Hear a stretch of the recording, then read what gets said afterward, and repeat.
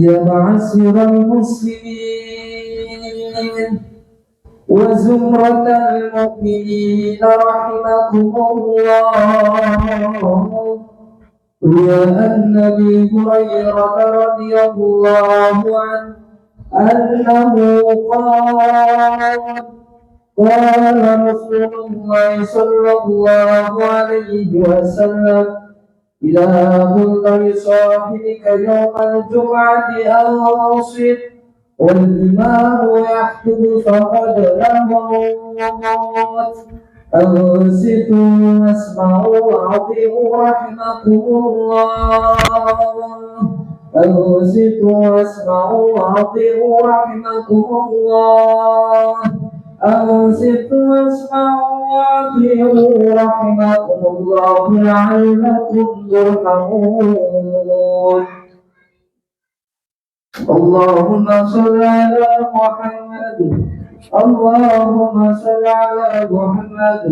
اللهم صل على سيدنا محمد. Assalamualaikum warahmatullahi wabarakatuh.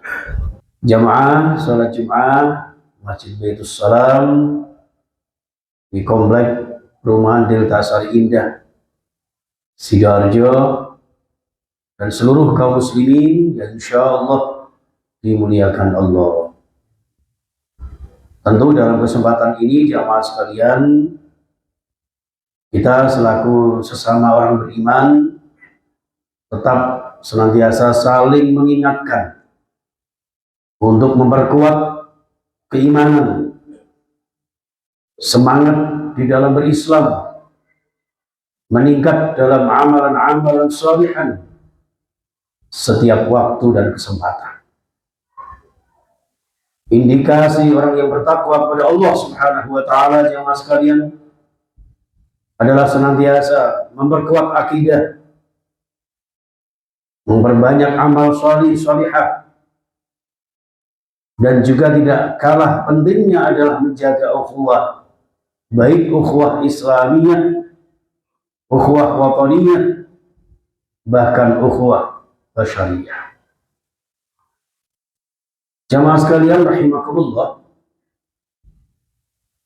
juga yang sangat istimewa bahwa seorang yang bertakwa yang disandingkan oleh Allah sebagaimana firman-Nya, wa annallaha ma'al muttaqin, sungguh Allah membersamai orang-orang yang bertakwa, yaitu orang-orang yang senantiasa setiap awal tahun atau mungkin panjenengan mengingat hari milad, hari kelahiran, untuk selalu mengadakan satu resolusi, tekad kuat azam kita di dalam diri, agar tahun demi tahun semakin tambah usia kita, menyadari betul bahwa dengan tambahnya usia kita semakin dekat dengan ajal kita. Maka kemudian seorang yang bertakwa meningkatkan rasa syukurnya kepada Allah, masih diberikan kesempatan, di mana kesempatan ini kita gunakan untuk menambah kebaikan-kebaikan kita. Di sisi lain senantiasa beristighfar, mohon ampunan agar dosa-dosa kita dibersihkan Allah untuk menjelang nanti. Wal tanzur nafsum ma qaddamat lighad, di kesempatan-kesempatan yang akan datang, bahkan setelah kita hidup, setelah kehidupan ini, senantiasa terampuni dan menjadi wafat yang husnul khatimah. Jemaah sekalian rahimakumullah, maka secara otomatis seorang mukmin adalah menepati hadis Rasulullah, hasibu anfusakum qabla an tuhasabu. Waktu demi waktu senantiasa kita bermuhasabah, introspeksi jamaah sekalian. Bahkan sebaiknya kita tidak usah mengoreksi orang lain sebelum kita mengoreksi diri kita sendiri. Dalam bahasa sindiran yang begitu luar biasa, secara tersirat di dalam surah Al-Hujurat, jamaah sekalian, la yaskhar qaumun min qaumin asa ayyakunu khairan minhum. Jadi jangan sampai kalau jenengan lebih mendahulukan mengoreksi orang lain yang pada akhirnya mungkin menjelekkan orang lain, mungkin mengolokkan orang lain, merasa diri kita paling baik dibanding orang lain.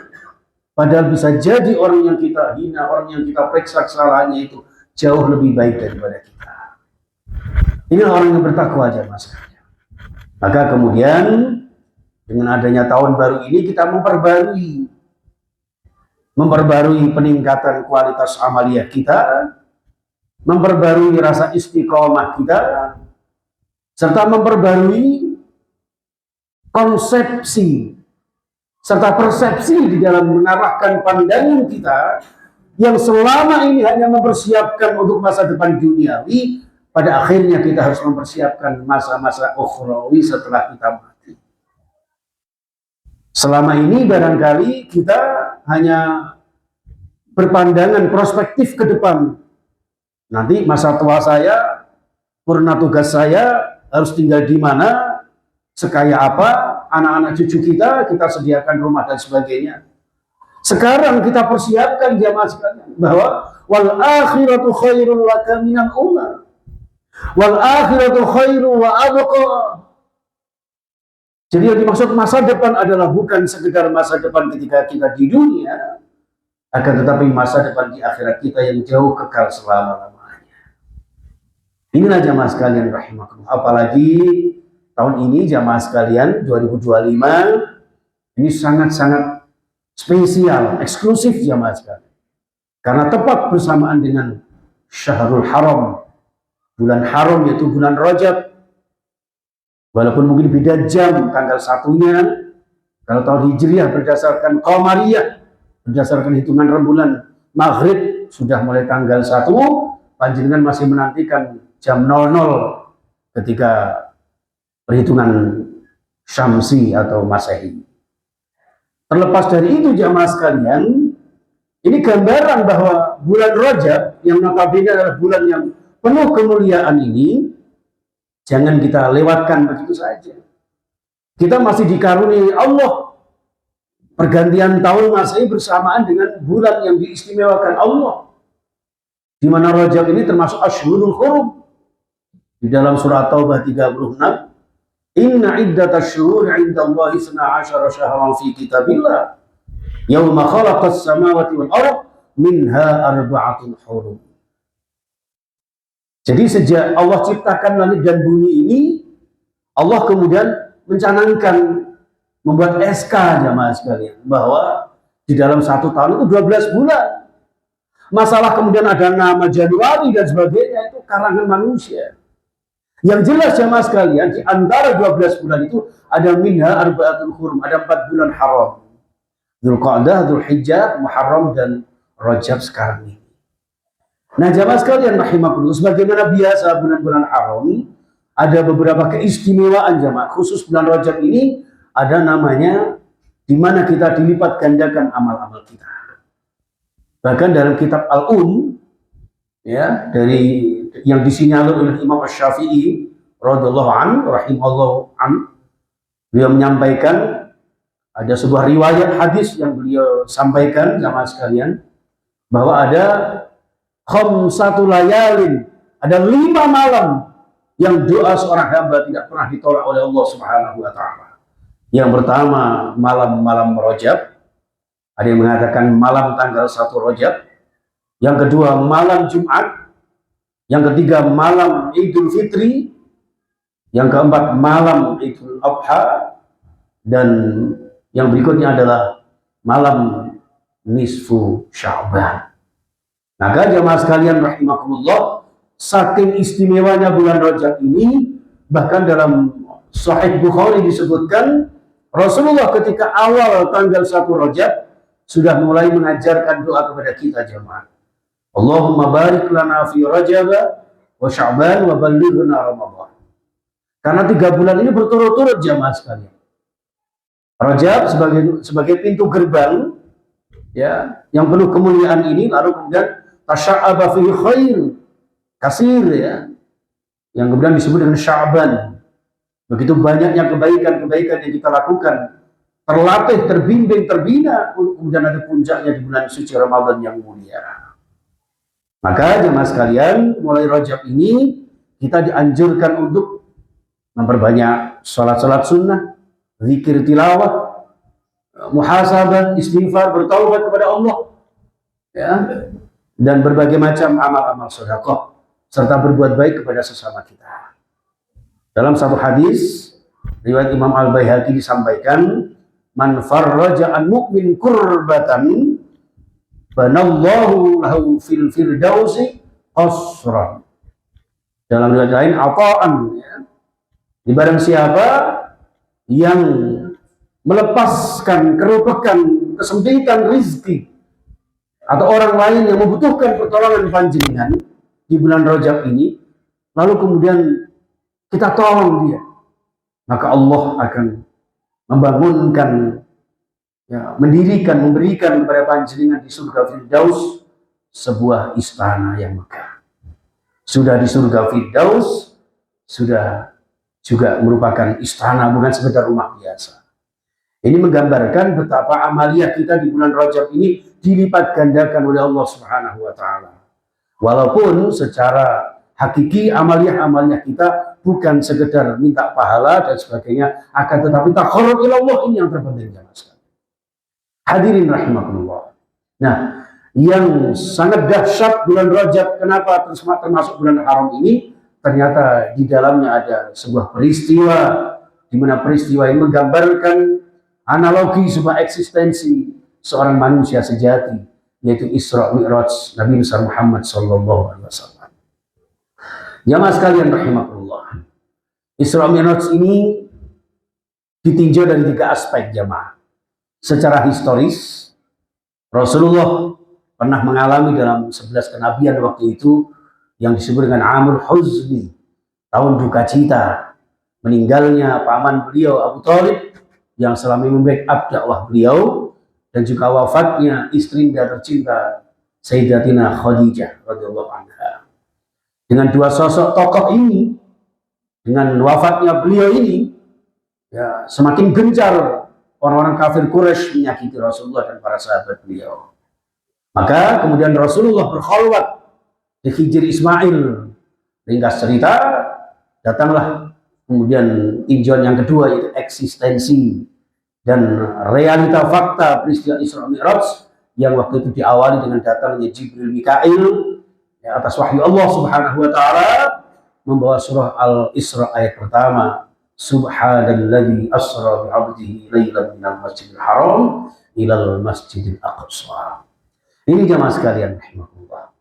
Jadi hadirin yang dimuliakan Allah, menggambarkan kepada kita seorang manusia dengan silih bergantinya waktu dan usia yang diberikan Allah kepada kita, tentu banyak onak dan duri, cobaan, rintangan di dalam keseharian kita. Maka solusinya adalah fafirru ilallah, taqarrub ilallah, larinya kepada Allah. Dicontohkan Rasulullah ketika terjadi problematika hidup dan kesedihan, duka lara yang beliau rasakan, ternyata beliau datang ke Ka'bah di Hijr Ismail. Taqarrub ilallah, datanglah solusi yang diberikan Allah. Inilah gambaran orang bertakwa. Wa may yattaqillaha yaj'al lahu makhraja wa yarzuqhu min haitsu la yahtasib. Jadi kalau kalian jenengan kepingin dapat solusi, problem solving di dalam kehidupan kita, maka bertakwalah kepada Allah. Salah satunya adalah orang yang senantiasa bersandar diri, pasrah semarah kepada Allah. Apalagi setiap ada permasalahan yang kita hadapi, haturkan semuanya kepada Allah. Keluhkan semua kepada Allah Subhanahu wa taala. Wa minal laili fatahajjad bihi nafilatan lak asa ayyab'atsaka rabbuka maqaman mahmuda. Jadi kita akan diposisikan oleh Allah posisi yang mulia, bermunajat ke hadirat Allah Subhanahu wa taala jemaah sekalian. Bukan curhat di media sosial, bukan sekedar curhat kepada saudara-saudara kita. Boleh barangkali sekedarnya saja. Yang terpenting lagi adalah bermunajat ke hadirat Allah Subhanahu wa taala. Nah, jamaah sekalian rahimakumullah. Kemudian yang ketiga, secara filosofis di jalan Isra Mi'raj ini, ternyata jamaah sekalian, kenapa harus ada Isra Mi'raj dari Masjidil Haram ke Masjidil Aqsa?